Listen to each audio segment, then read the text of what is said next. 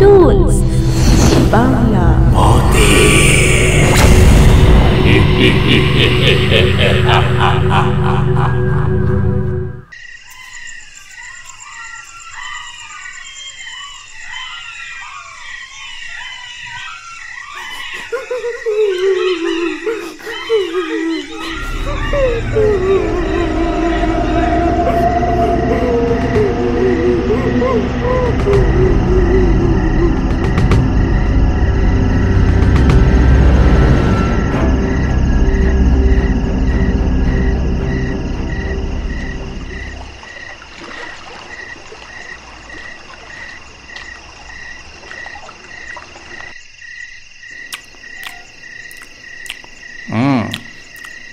রান্নাটা তো ভালোই হয়েছে,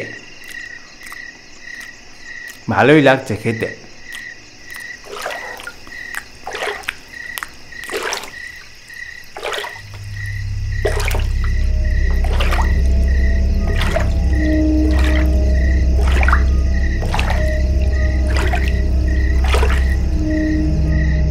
কি গো, জলের মধ্যে কেমন একটা শব্দ হইতেছে না?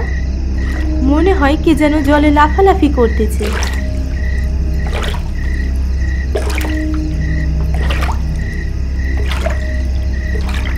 হ্যাঁ তাই তো, কেউ কি মাছ চুরি করতে এলো নাকি?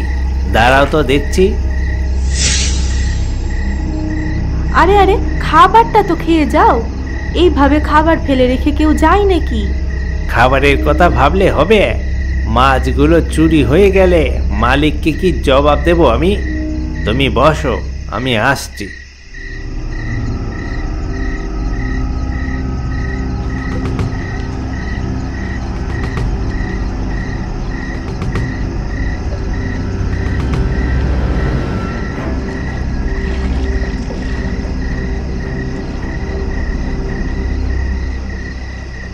এই কে রে?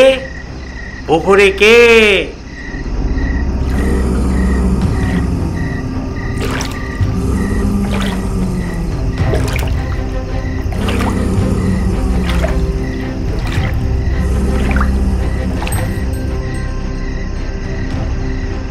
কি গো, কাউকে পেলে? না, কাউকেই তো দেখছি না।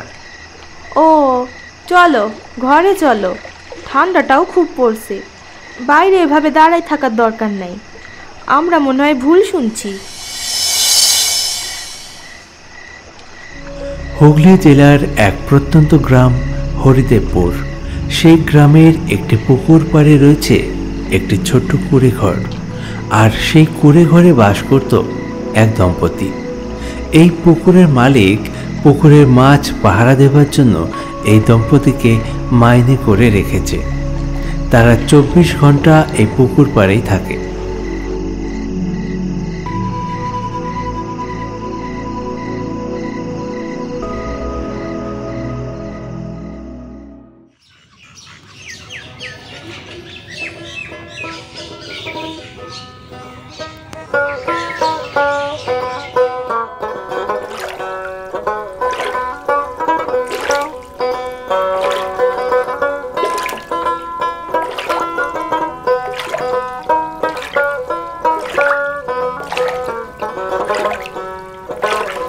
কি গো, বাজারে যাবা না? হ্যাঁ যাব যাব। তাইলে যাও, ঘরে তো আনাজপাতি কিছুই নাই। এই তো যাই।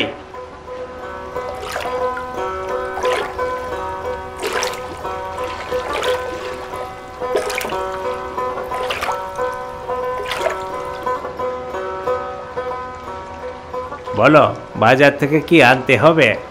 আনতে তো হবে সবই, শাক সবজি মশলাপাতি তেল।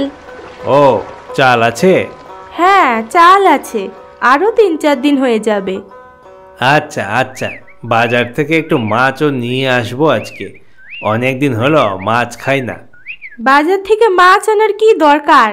পুকুরে তো কত মাছ, একটা মাছ ধরে রান্না করলেই হয়। না না, রক্ষক হয়ে ভক্ষকের কাজ করতে পারবো না। মালিক আমাকে টাকা দেয় মাছ রক্ষা করার জন্য, সেইখানে আমি নিজেই যদি সেই মাছ চুরি করে খাই, তাহলে আর আমি কিসের পাহারাদার হলাম? হ্যাঁ, দাও দাও, ব্যাগটা দাও, বাজার থেকে মাছ কিনে নিয়ে আসি। তুমি একটু বেশি সৎ, এত সৎ হওয়া ভালো না। দাঁড়াও, ব্যাগ নিয়ে আসি।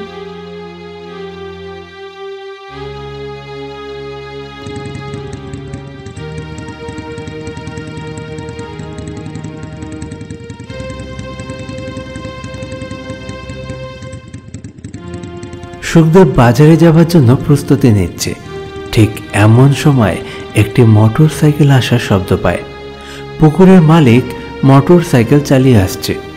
সুখদেব রাস্তার দিকে এগিয়ে যায়।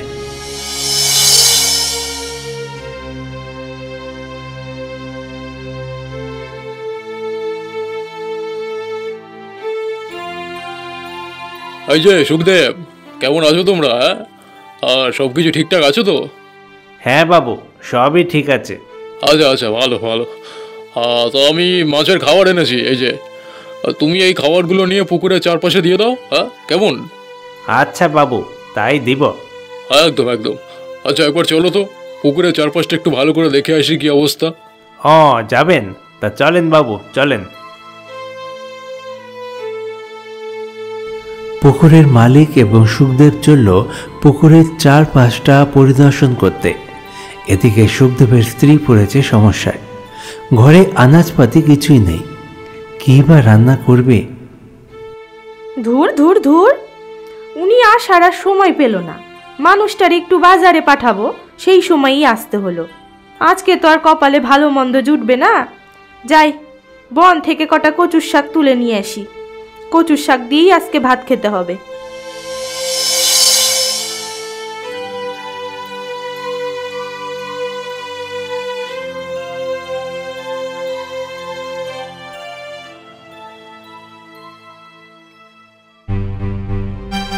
পুকুরের মালিক এবং সুখদেব পুকুরের পাড় দিয়ে হাঁটতে থাকে।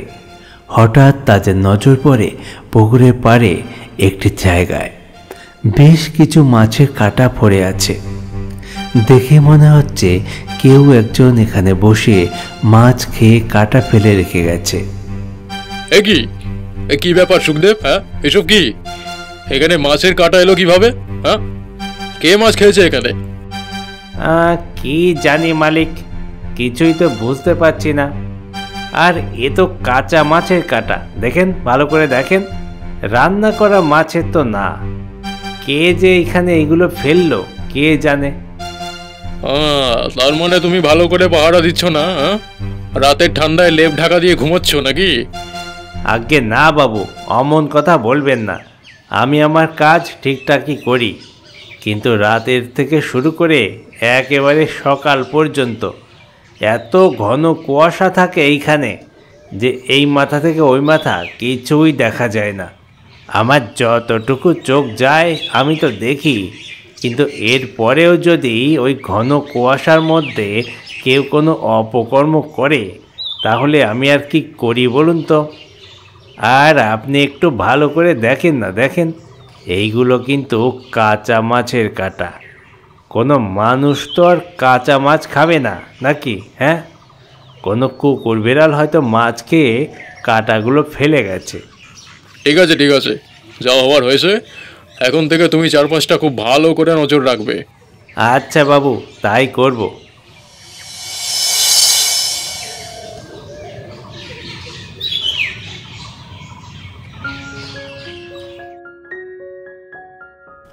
মালিক সুখদেবকে কাজ বুঝিয়ে দিয়ে চলে যায়।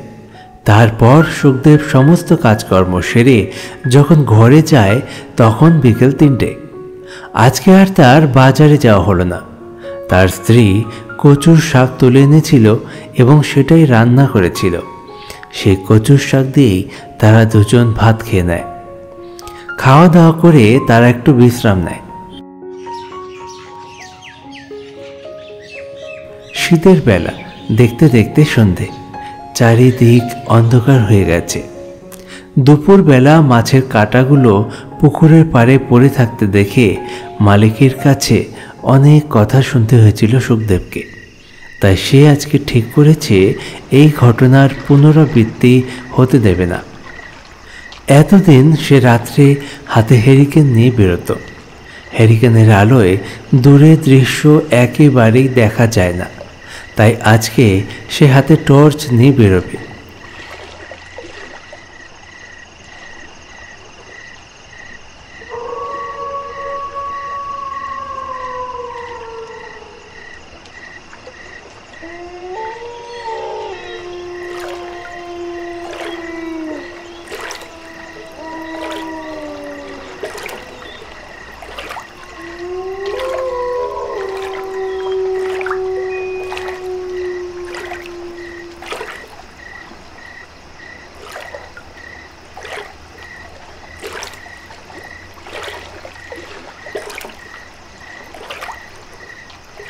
রাত ঠিক 12:30 বাজে।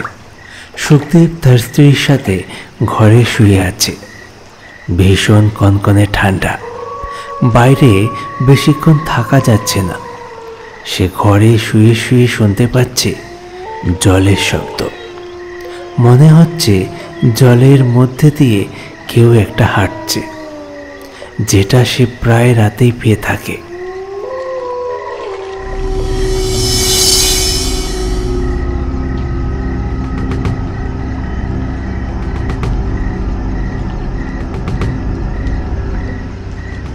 টর্চ নিয়ে বাইরে বেরোয়, এদিক ওদিক টর্চ মেরে দেখে, কিন্তু কাউকেই সে দেখতে পায় না। কে কে এখানে?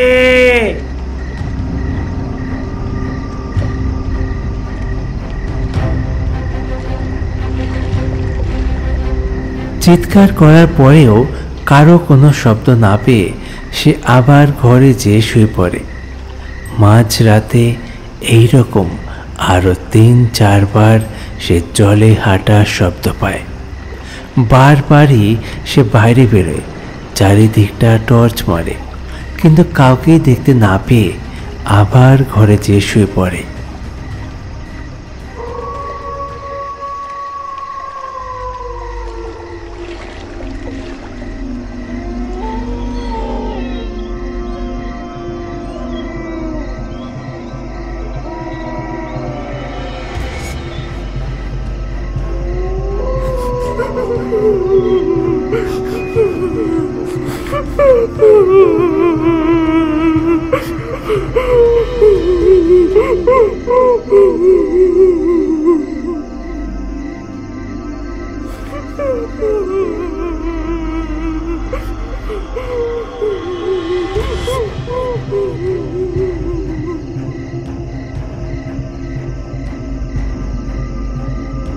ভোরবেলা ঠিক 4টে নাগাদ হঠাৎ সুখদেব কারো একজনের কান্নার শব্দ পায়।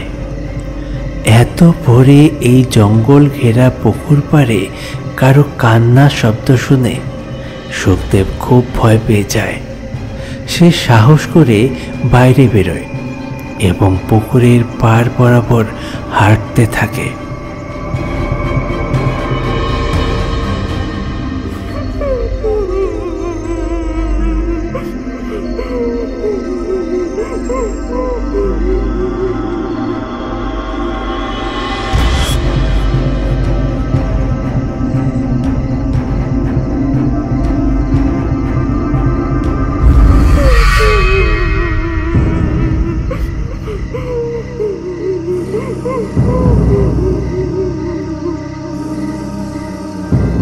হাঁটতে হাঁটতে সে যখন পুকুরের অপর প্রান্তে পৌঁছয়, দেখতে পায় সেখানে বসে আছে একজন মহিলা। পিছন দিক ঘুরে সে খুবই ভয় পায় এবং ভয়ে ভয়ে বলতে থাকে, কে কে কে কে কে আপনি কে? এইখানে বসে আছেন কেন?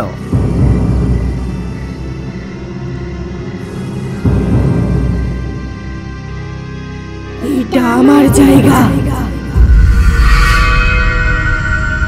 এইটা আপনার জায়গা? কি বলেন আপনি? হ্যাঁ, এই পুকুর তো আমার মালিকের, আমাকে এই পুকুরের পাহারা দিতে রেখেছে। আপনি যান, এইখান থেকে যান।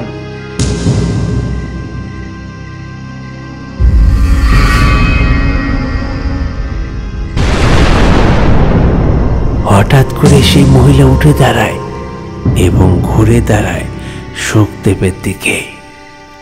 সুখদেব দেখতে পায় ভয়ঙ্কর চেহারার একজন মহিলা। কোনো জীবন্ত মানুষের চেহারা এতটা ভয়ঙ্কর হতে পারে না, এ নিশ্চয়ই কোনো অশরীরী।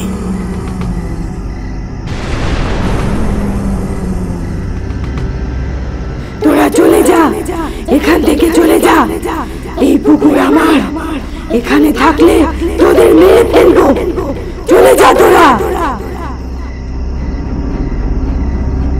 সেই অশরীরের মুখে এই সমস্ত কথা শুনে সুখদেব দিল দৌড়। ওরে বাবা রে, ওরে বাবা রে, বাঁচাও বাঁচাও!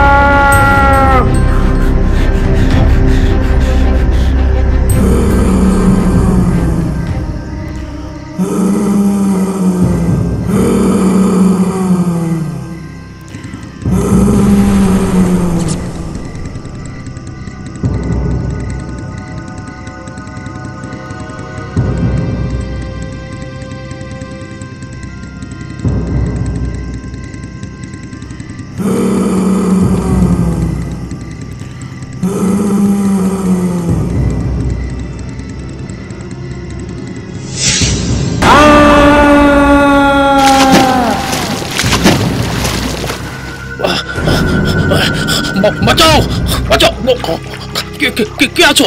বাঁচাও বাঁচাও! কে বাঁচাবে তোকে? তোকে যে বাঁচাতে আসবে তাকেও আমি মেরে ফেলবো। তোর পাপের শাস্তি তোকে পেতেই হবে। বাঁচাও বাঁচাও, কে আছো? বাঁচাও বাঁচাও বাঁচাও! কে মেরে ফেললে? বাঁচাও, মেরে ফেললে, বাঁচাও! কে আছো? বাঁচাও বাঁচাও!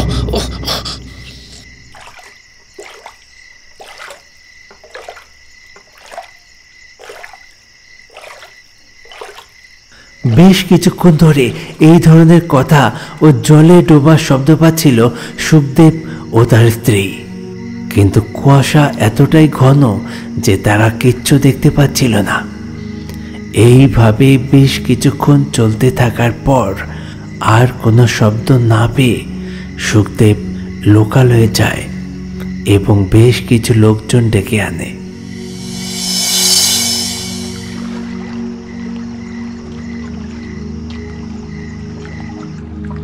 কুয়াশা সরে যেতেই দেখতে পায় একটি লাশ ভেসে আছে জলের মধ্যে। পুলিশে খবর দেওয়া হয়।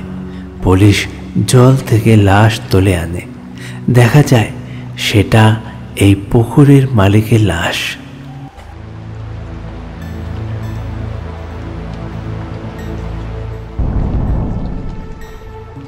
স্থানীয় লোকজনের মুখে শুনতে পাওয়া যায় এই লোকটি নাকি এই পুকুরের মালিক ছিল না। পুকুরের মালিক ছিল পাশের গ্রামের সদানন্দ দাস। তার অকাল মৃত্যু হওয়ায় সেই মালিকানা যায় তার স্ত্রীর ওপর। তারা ছিল নিঃসন্তান, তাই তার স্ত্রী বাড়িতে একাই থাকত। পাশের বাড়ির অমল সরকার, মানে যার মৃত্যু হলো, সে সদানন্দর স্ত্রীকে মেরে ফেলে এবং এই পুকুরের দখল নেয়।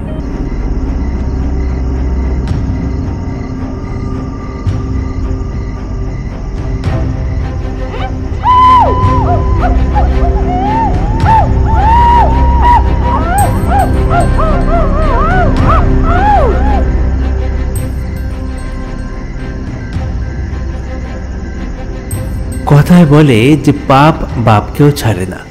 অলোক পাপ করেছিল, তাই তার সাজা হিসাবে তার মৃত্যু হলো। সদানন্দ দাসের স্ত্রী ভূত হয়ে এই পুকুর পাড়ে ঘুরে বেড়াচ্ছিল। আজকে সে তার মৃত্যুর প্রতিশোধ নিল। এরপর সুখদেব তার স্ত্রীকে নিয়ে সেইখান থেকে চলে আসে, আর সে পুকুর ভূতরে পুকুর হিসাবেই থেকে যায়। সুখদেবের জন্য দুঃখের খবর এটা যে তার কাজটা চলে গেল, কিন্তু তাদের জন্য একটা সুখের খবর এটা যে পুলিশ বা গ্রামবাসী কেউই এই অলোক সরকারের মৃত্যুর ঘটনায় সুখদেব বা তার স্ত্রীকে সন্দেহ করেনি। ধন্যবাদ আমাদের গল্প দেখার জন্য। পরবর্তী গল্প নিয়ে ফিরছি খুব তাড়াতাড়ি। প্লিজ সঙ্গে থাকুন, ভালো থাকুন আর দেখতে থাকুন আমাদের গল্প। ধন্যবাদ।